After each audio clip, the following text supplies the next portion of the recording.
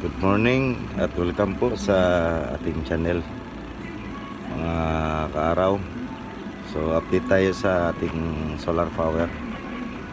So ngayon araw ng Miyerkules, around 11:45.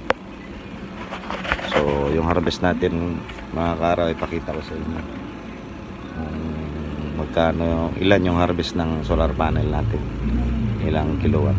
So yan po yung harvest natin, 1.2 kilowatt. And then yung volt nya ay 106.45 amperes. Yan po. So buhat ng kaninang umaga hanggang ngayon, nakakonsumo na kami ng 3 kilowatt. So, dito naman sa inverter natin, so then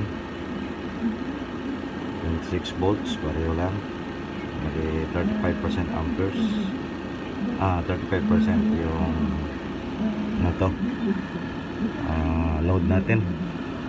Hindi pa umabot ng 50.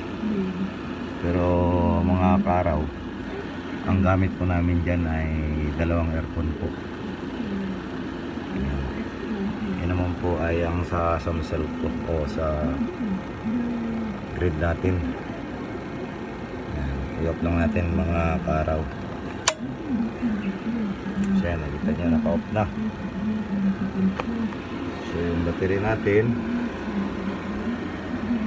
check natin yung battery is 26.7,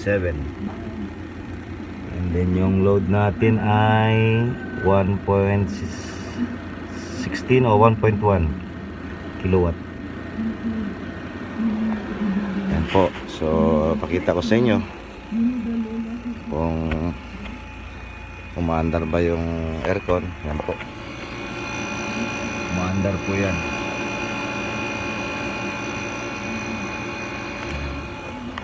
Yan po ay sa isang kwarto. So ngayon, papakita ko rin po sa inyo yung sa kabilang kwarto. Yan po, kung nakikita nyo, yan, naka-TV pa. Yeah, doon sa front. Ayan, mga salad-salad yung minsan sa kabila. So, pasok po tayo mga kaaraw. So yan po, kita niya. Yan, gumagamit tayo ng ilaw. Yan po yung aircon. Naririnig nyo.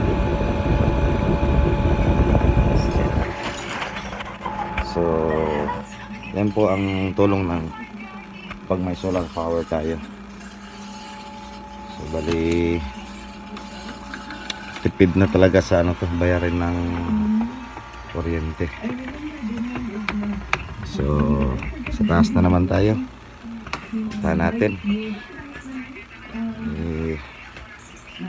kung okay lang ba magamit ng dalawang aircon. So dito po kami sa taas. Tingnan natin. Yan.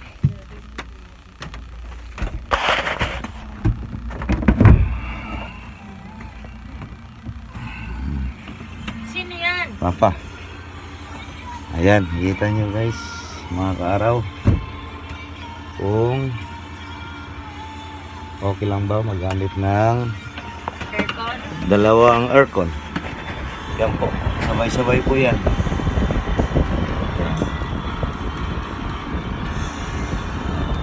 Lamig talaga. Kung naririnig nyo mga kaaraw, yan. So doon sa baba, saka dito sa taas, yan po ang ginagamit ng mga aircon. Sabay po yun. Inverter. Pero okay lang po, kaya lang po ng inverter natin. Yan, kahit na to, magamit na ng ilaw, okay lang. So i-off ko lang ito na. Apa? So pasensya na kayo mga kaaraw ha. Medyo ayaw nila ng may ilaw. So dito po yan sa taas mga kaaraw.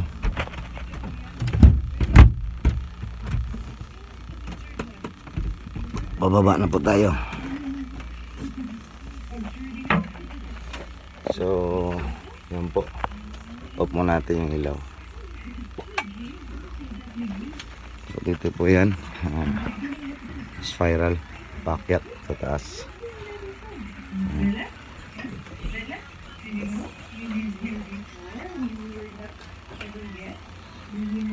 So yan po ang update natin mga kaaraw sa ating solar power.